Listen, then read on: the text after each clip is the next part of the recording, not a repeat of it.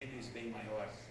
Os gastos são feitos em gastos correntes, aqueles que são de natureza de manutenção e operação.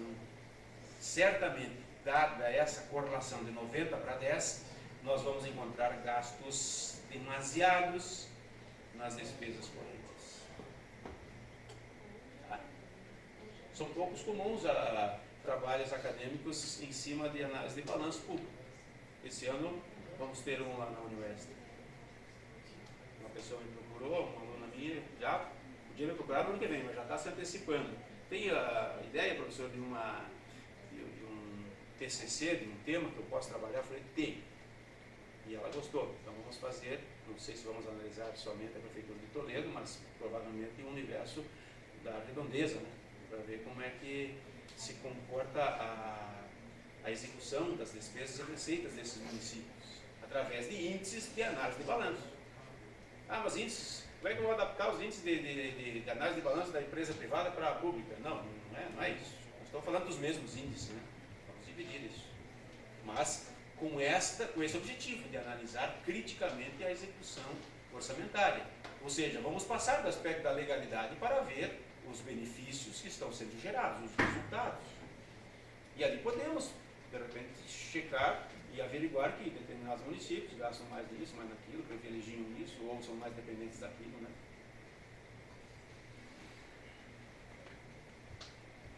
E uma atividade, visa a manutenção dos serviços públicos ou administrativos já existentes. Resulta em produto necessário à manutenção do governo. Alguém um dia me falou assim, amigo, você está dizendo com isso que gastar recursos com professores não é investimento? Não estou falando isso. Em termos contábeis é que a gente faz essa distinção, né, entre correntes e capital ou projeto de atividade. Mas claro que tem a necessidade da gente investir em atividades correntes que são fundamentais. Treinamento de professores, de agente de saúde, essas coisas, isso tem que gastar, não tem como. Né? A gente não está falando só graficamente, não, tem que aparecer assim, 10% dos gastos correntes e 90% com investimentos, com despesa de capital. Também não vai ser um bom gerenciamento. Só vai fazer obra, né? Naquele ano, não está certo. Uma obra depois vai requerer a sua manutenção. Tudo tem equilíbrio nessa vida. Agora, a característica é que uma atividade é permanente, é contínua no tempo, né? Você não vai comprar combustível para veículo só no ano ou no mês, vai ser para sempre. Agora, a construção de uma escola como disse a tela anterior, como mostrou, é limitada no tempo. É 1 ano, 2 anos que você leva para construir. Depois entra aqui, na atividade, a sua manutenção, que é permanente. E a operação especial, não contribui para a manutenção das ações do governo, não resulta em produto novo, não gera contraprestação direta sob a forma de bens e serviços, representam basicamente o detalhamento das funções e encargos especiais. Servem para quê? Para atender a amortização e encargos, pagamento de sentenças judiciais, operações de financiamento, indenizações. Então, o orçamento vai conter na sua divisão operações especiais. A maioria tem, né? Operações especiais. Uma vez tinha os encargos sociais aqui, parte patronal. Com o tempo houve um remanejamento dessa classificação, não, né?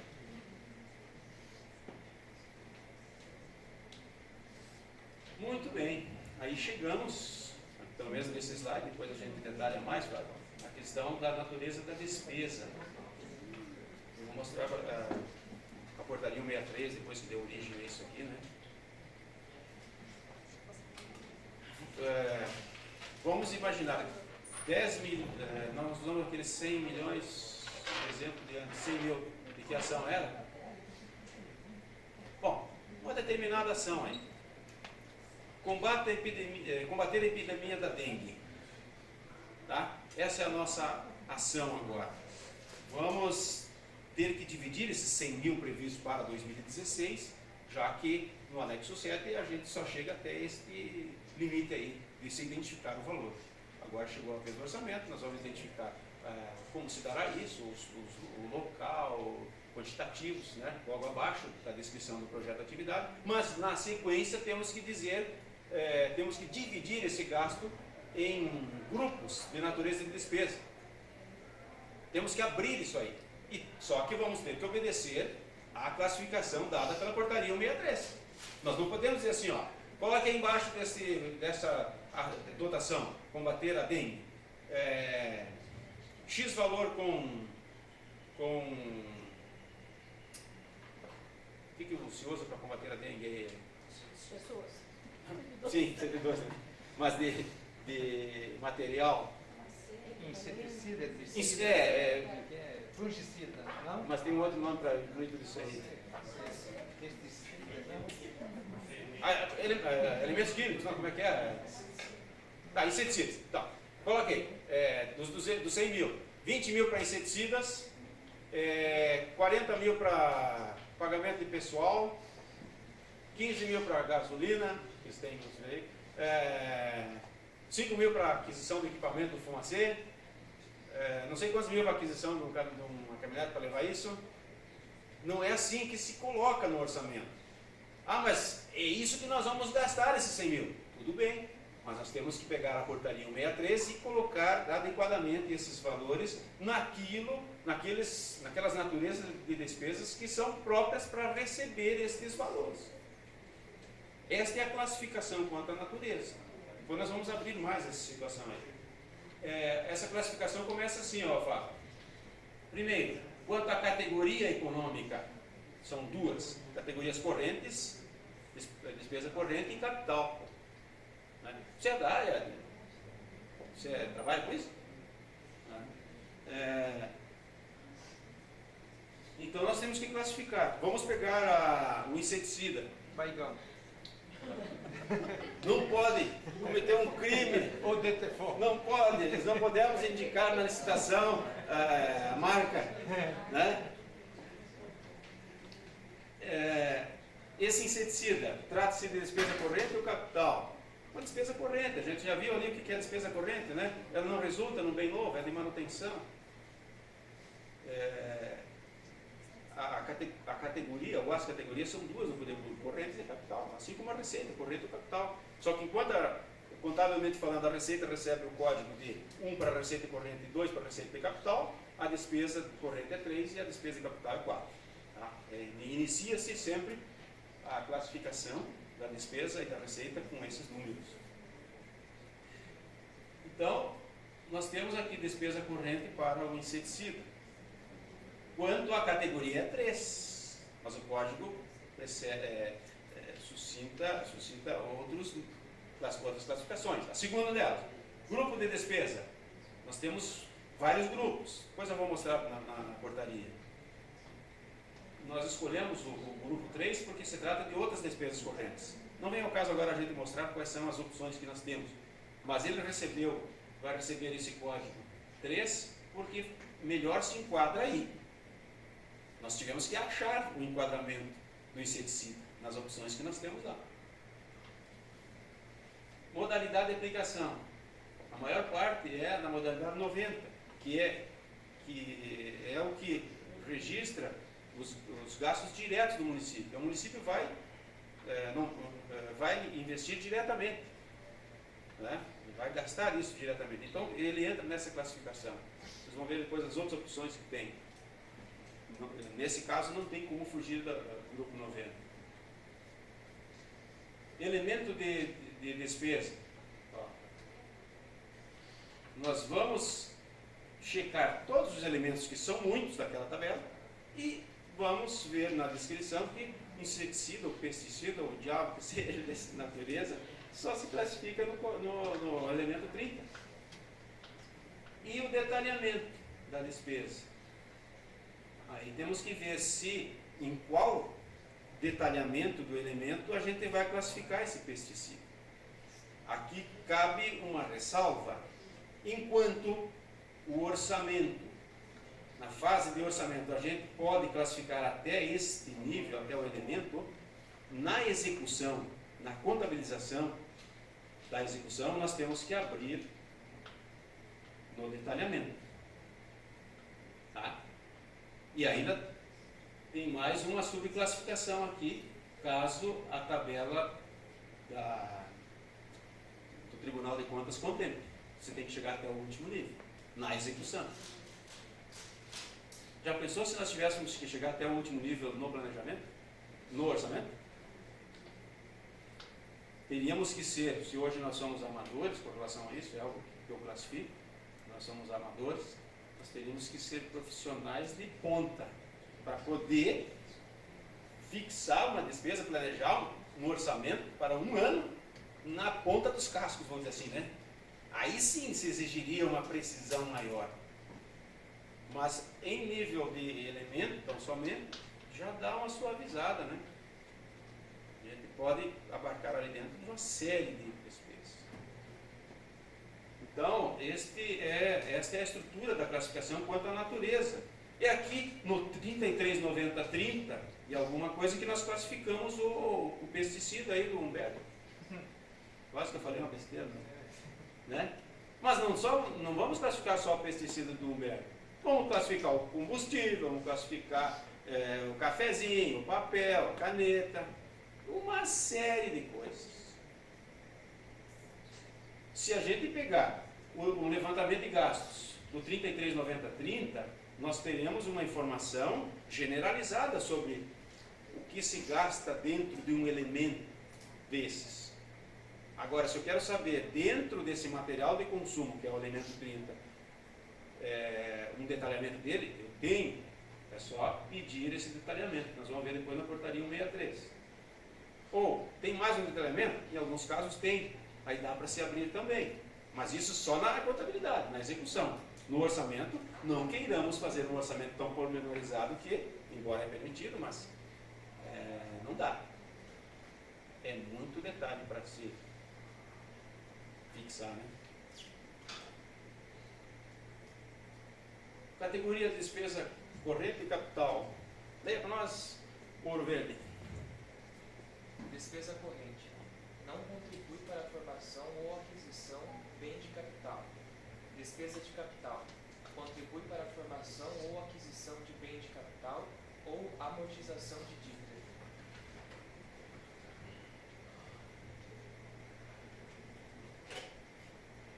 Agora que dói as costas, né? Isso já conhecemos, né? Grupo de natureza. Opa, começamos agora a abrir um pouquinho aí.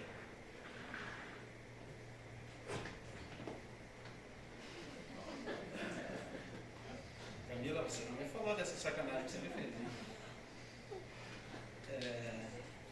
Grupo de natureza, gente. Identifica de forma sintética o objeto gasto. Né? Por que de forma sintética? Vamos voltar aqui. Ó, natureza. É sintética, é no segundo nível ainda. Ó. Bem sintética. Mais sintética seria a categoria. Né? Mas esse aqui ainda é sintético.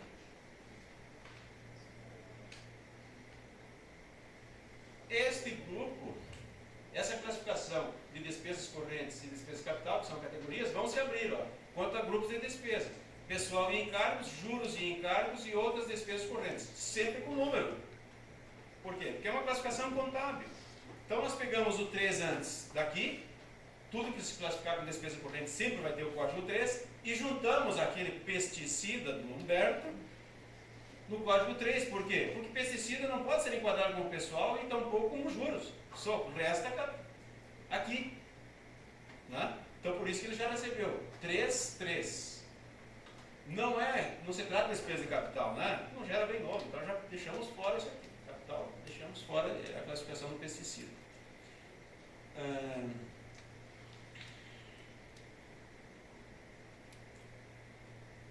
Aqui ele não vai na sequência. Grupo de natureza, deixa eu voltar um pouquinho aqui. Ó, ele não está mostrando a modalidade de classificação, ele só vai mostrar agora o elemento da despesa. Por que nós escolhemos material de consumo? Ó, aqui na portaria depois nós vamos olhar o que pode entrar no material de consumo, enfim, o que pode entrar em cada um desses desses elementos de despesa. Então nós classificamos neste elemento 30. O que diz esse elemento aqui? Identifica os objetos de gastos, o que vai ser adquirido para a consecução dos programas. Aqui tem um estudo sobre o que é material de consumo e o que é material permanente. Então, quem vai ler aí? São Pedro, agora. Não enxerga? Nossa, acabamos revelando para o mundo que ela precisa ir no oftalmologista. Então escolhe o seu vizinho seu aí, pastor.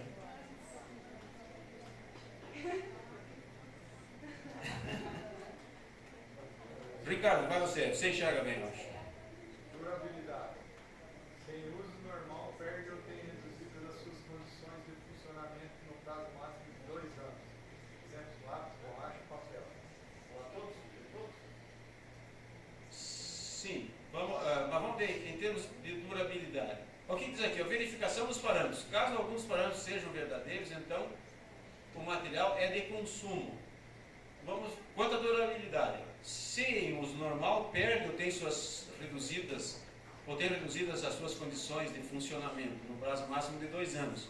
Então, é uma característica de ser material de consumo, né? É o caso do lápis, borracha e papel. Ó. Perde a sua condição de funcionamento em até 2 anos. Se ele não perde, em tese seria material permanente. Né? Fragilidade. Se sua estrutura for quebradiça, deformável ou danificada, caracterizando sua irrecuperabilidade e perda de sua identidade ou funcionabilidade. Diz que é. Tem gente aqui que não sabe o que é isso. Me desculpe, mas isso aqui eu peguei de um trabalho lá do Tesouro Nacional. Perecibilidade. Imperecível, né?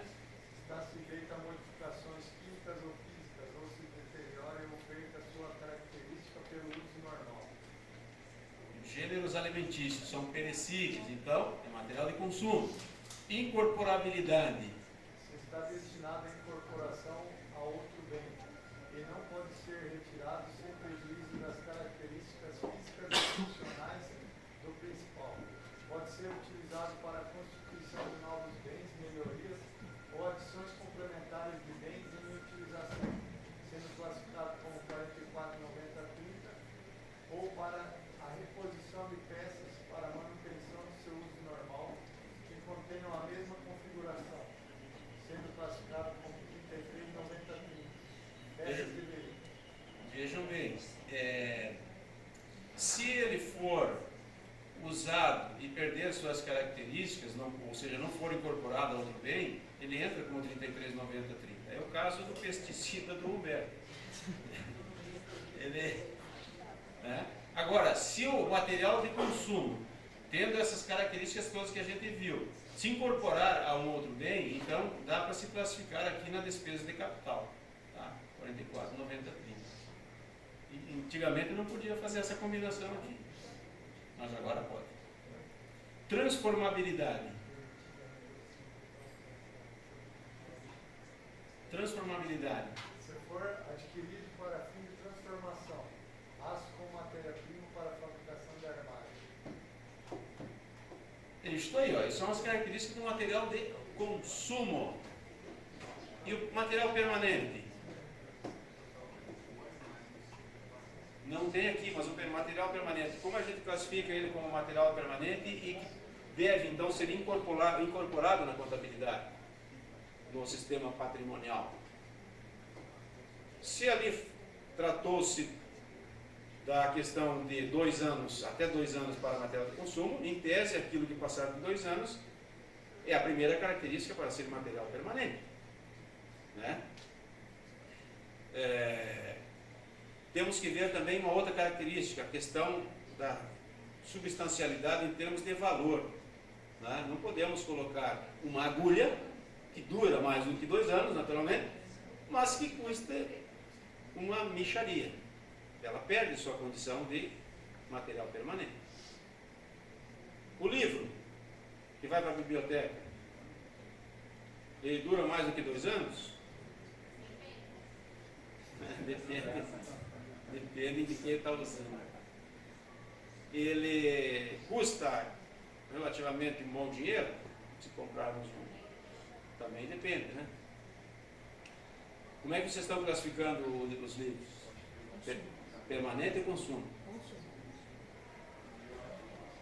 Então vocês estão vendo que tem algumas situações em que a gente fica em cima do muro e dá para você escolher o registro, se é permanente ou não. Mas você tem que obedecer, em tese, essas características aí. Tá?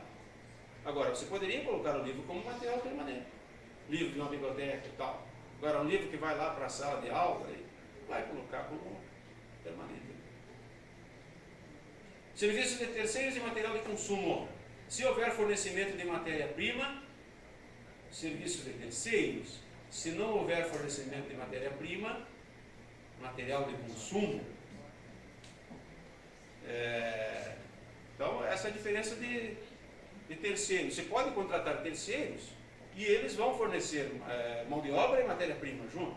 Agora, se você só comprar o material de consumo, não há como você classificar isso como serviço de terceiros. Não há relação entre o documento fiscal apresentado pelo fornecedor e a classificação da despesa orçamentária. A nota fiscal pode ser de serviço e a despesa orçamentária como material. Aí é meio suspeita essa afirmação de quem fez isso aí, né? A nossa contabilidade diz que ele teria que ser casado, porque eles têm algumas obrigações lá. Isso aqui é bastante discutível. Em tese deveria ser casado. Você vai classificar como material de consumo, mas a nota tem que vir de aquisição, né? E se for serviço de terceiros, então tem que vir nota fiscal de serviço.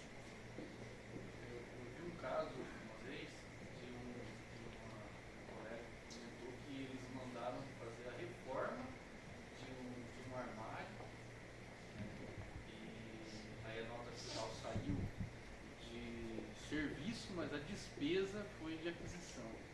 Aí gerou para a prestação de contas, gerou um transtorno danado. Porque você utilizou a prestação de serviço de um terceiro. Se ele colocou material ali, ele pode destacar na nota, né? Mas, destacar não, abrir duas notas. E você contratou, você pode até classificar, deve classificar essas duas notas como serviço. Eu acho que até isso que ele quis dizer aí. Você contratou lá a reforma de um armário.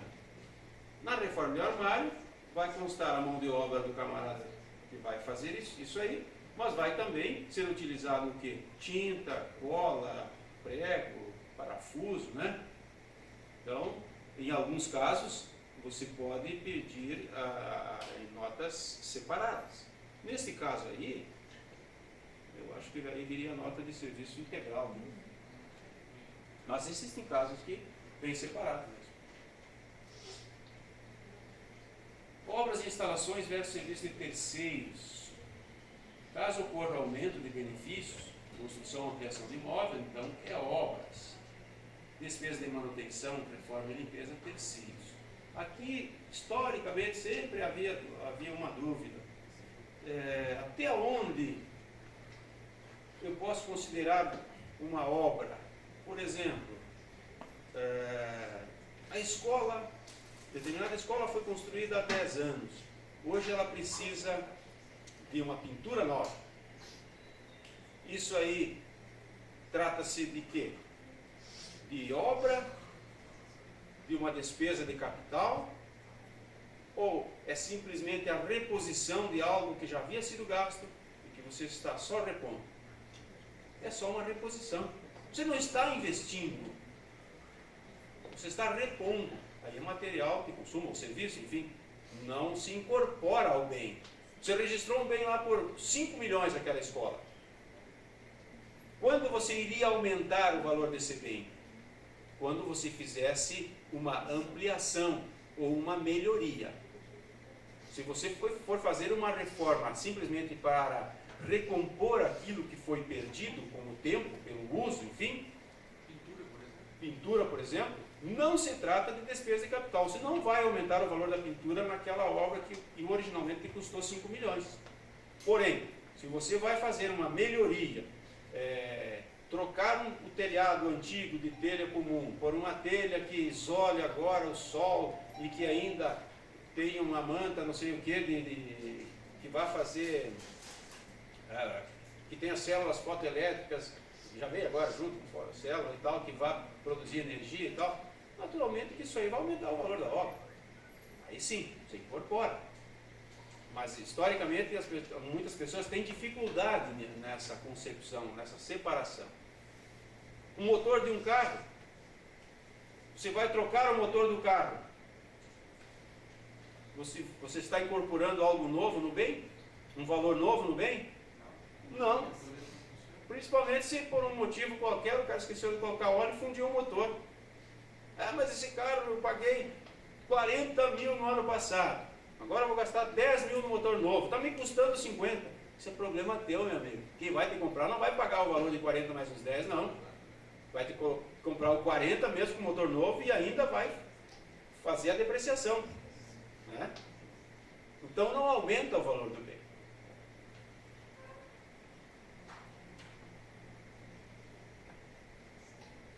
Muito bem. A lei orçamentária, como dito, compreenderá, aliás, eu tinha dito que ela nasceu lá no inciso 3, né? Mas os incisos na sequência é que vão dispor sobre mais elementos sobre a lei. A lei orçamentária compreenderá o quê? Primeiro, o orçamento fiscal dos poderes. O que é orçamento fiscal? Fisco vem de finanças, de receitas, de dinheiro que entra e sai do erário. Né? Todo mundo sabe o que é o erário? Os mais novos não, né? Mas isso é uma expressão antiga. Erário quer dizer o caixa público, né? Cofre público. E é errado falar erário público, viu?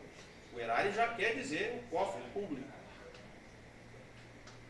O orçamento fiscal refere aos poderes da União, seus fundos, órgãos e entidades da administração pública, direta e indireta, inclusive fundações instituídas e mantidas pelo poder público. Veja que ele está dizendo assim, da administração direta e indireta. Todos. Então já estamos indo para carreando isso aqui para o princípio da unidade. Né? Um orçamento só. Mas esse orçamento só não significa que nós vamos misturar as receitas da administração indireta com as da direta. Não. Nós temos que separar em orçamentos separados, mas a peça é uma só. Vamos juntar 3, 4 orçamentos e mandar para a Câmara numa só. O orçamento de investimento das empresas em que a União, direta ou indiretamente, detém a maioria do capital social com direito a voto. Claro que quando essa Constituição foi trazida para os municípios e adaptada à Constituição para as leis orgânicas, então se mudou esse termo aqui, né, União, para município. Então, os municípios que têm investimentos em empresas têm que fazer um orçamento também, né? Só que aí, um orçamento separado ou não? Não. Como é uma empresa, ela perde um pouco da ligação umbilical com a administração direta, então a empresa, seja ela constituída na forma de empresa pública ou de capital misto, ela não faz parte do orçamento único do município, tá? Ela tem a independência dela. O orçamento da Seguridade Social, abrangendo todas as entidades e órgãos a ela vinculados, da administração direta ou indireta, bem como fundos e fundações e tal. O orçamento da Seguridade Social, os municípios que tiverem os seus fundos para aposentadorias, tem que ter um orçamento em separado. E tem que informar na LDO toda aquela sistemática lá, né? Para o vereador saber quanto vai ser o fundo daqui a 75 anos. Tem que mostrar lá. Daqui a 75 anos, tudo negativo. Né? Os cálculos mostram isso. Como se diz popularmente, estarão todos fundidos. se não tiver, claro, um gerenciamento adequado. Então, projetar o fundo para daqui a 75 anos não é uma tarefa fácil para o atuário, né? Aquele que vai sempre acompanhar o fundo. O fundo ele é acompanhado não só pela execução da receita e despesa, tem que se acompanhar, o atuário acompanha a sua trajetória, né? As suas estimativas com a arrecadação atual, com a média de aposentadorias, a média de prole que os funcionários têm, né? Tudo entra nesse cálculo. Mas entra no cálculo também aquilo que o município deve para o fundo, fruto de retiradas anteriores, né? Também entra.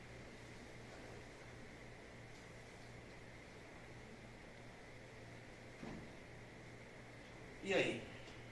Vamos começar a ver agora o que compõe um orçamento? Ou vamos... Não, acho que vamos fazer o seguinte, vamos ver a portaria 163. Vamos deixar para tarde isso aqui.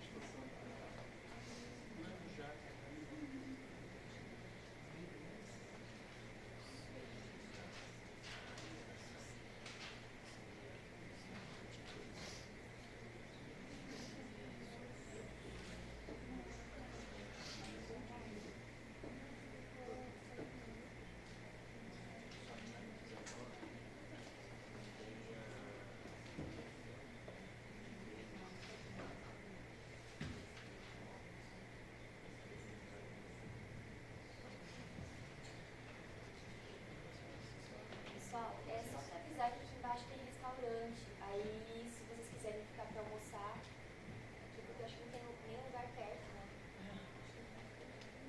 Se quiserem pedir para soltar 15 minutos.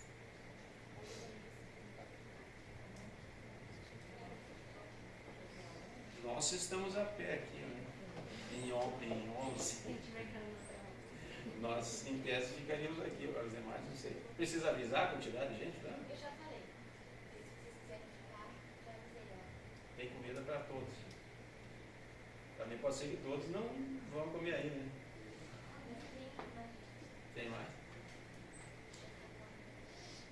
A portaria 163, pessoal, é aquela que definiu, então, a estrutura das receitas e das despesas. Mas de 64, enfim, para cá, não tinha definição das receitas, da estrutura das receitas e da despesa? Tinha. Essa aqui veio a substituir aquelas que existiam, né?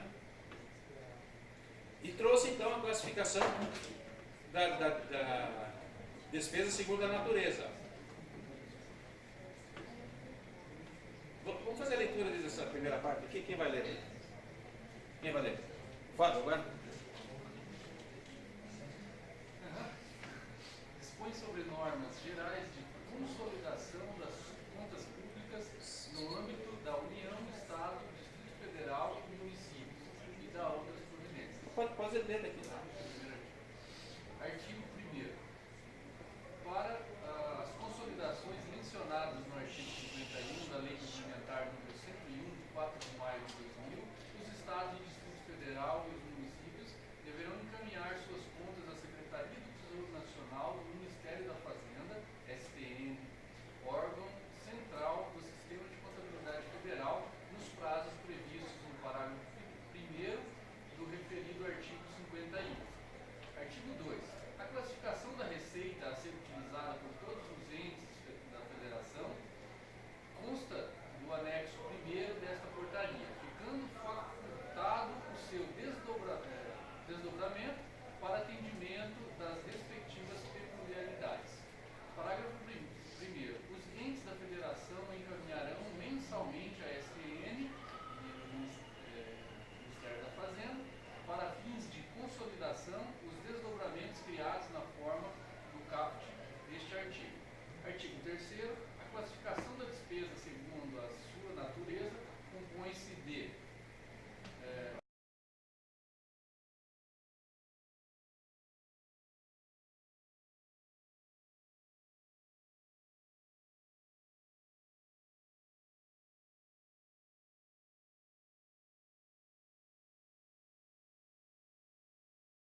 alterada, né, pela Secretaria de Educação Nacional 211/2001.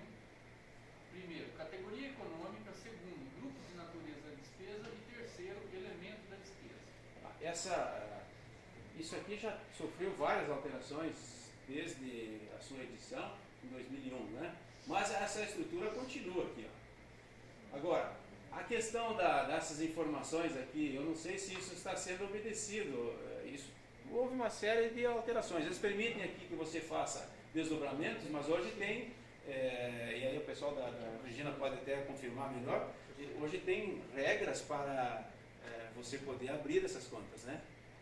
Não sei como é que está essa situação hoje, se o município quer abrir um pouco mais a codificação da receita. Vale para tudo. Se ele está definido como analítico, como sintético, se Você tiver com tem que sintético, seguir o que está ali, né? se está com sintético, você pode abrir. Tem algumas possibilidades. E ainda depende do envio, né? Se enviou no início do ano como sintético, daquela maneira, não pode alterar durante o exercício, o envio do AM, né? Até o 8º nível e na desdobramento da horizontal, né? Nunca na vertical. Tem umas regrinhas lá que é possível, que não é possível.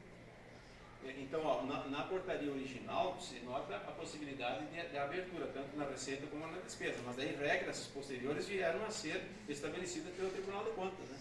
Então nós vamos ver o plano de contas do Tribunal de Contas daqui a pouco. Ó, essa é a estrutura original, né? Ela continua, essa estrutura aqui, ó. Primeiro, receita, a divisão nas categorias, né? 1, receitas correntes, depois 2, as receitas de capital, que está aqui na sequência. Né? Aqui o pessoal já sabe de cor salteado, né? Aí a divisão da receita tributária, que é o código 11, o 12 é a receita de contribuições, que vem na sequência, o 13 é receita patrimonial, o 14 receita industrial, agropecuária, o 15 industrial, 16 serviços, 17 transferências correntes. Aqui, portanto, entra tudo aquilo que a gente arrecada de transferências constitucionais e voluntárias, né, dos outros entes, da União do Estado.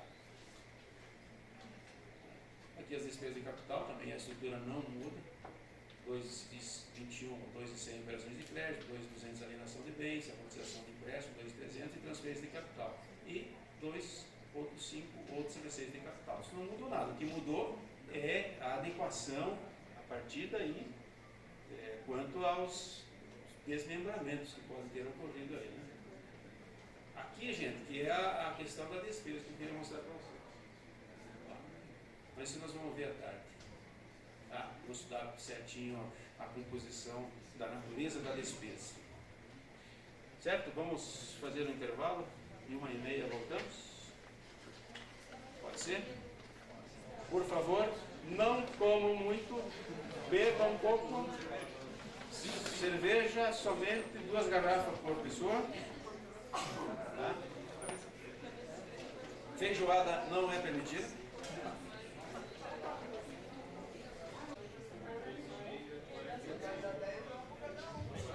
Boa tarde, pessoal. Pessoal, não está funcionando? Não? Ele está ligado, mas...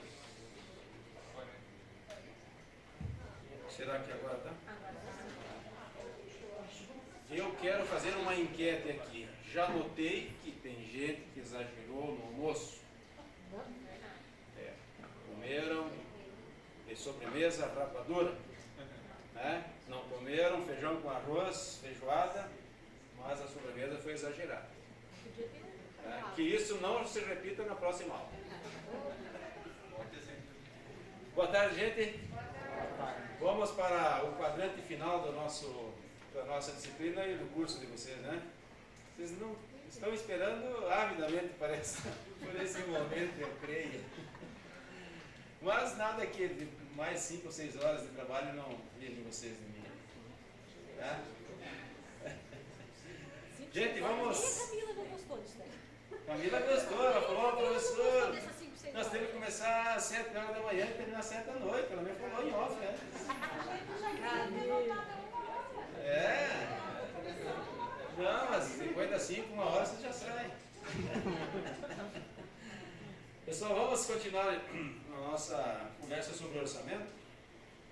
Agora vamos ver o que a legislação trata disso. Já vimos um pouco e depois vamos ver os princípios orçamentários para depois passar para uma atividade um pouquinho mais prática, vamos dizer assim, da montagem dos orçamentos. E aí vamos embora.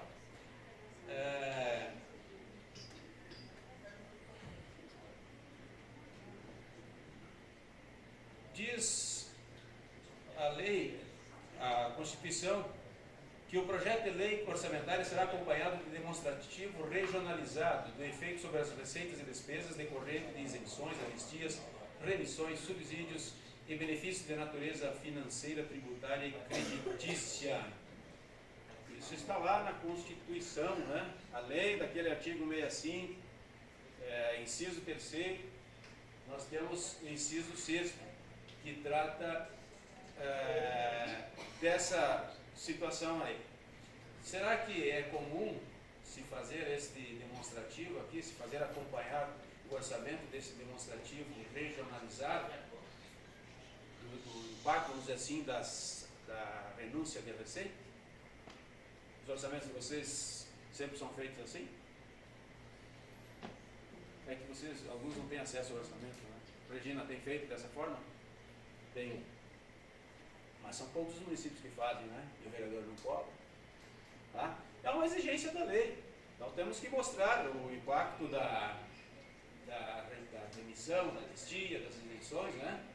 É um demonstrativo regionalizado. Se sai por região, a gente não sabe, mas temos que demonstrar o impacto dessa redução da receita, vamos dizer assim, na peça orçamentária. Isso eu larguei pro Valdir, ele que vira. Por isso que está fazendo a leitura, porque ela transferiu para terceiros lá dentro, né? Terceirizou o serviço que era dela. Não era meu, não. Ah. Era meu da isenção, anistia, só tinha o Valdir. Isso é coisa de receita. Então, quem vai ler na sequência? 7º e o 8º. Quer ler? Mas se eu consigo enxergar. Mas, meu Deus do céu, vamos ter que fazer um selecionamento melhor nesses cursos aí. Né? Ou estou indo para o oftalmologista errado. Vamos lá. 7º. Os orçamentos previstos no artigo, Parágrafo. parágrafo 1 e 2 deste artigo, compatibilizados com o plano plurianual, terão entre suas funções a de reduzir desigualdades interregionais segundo critérios populacional,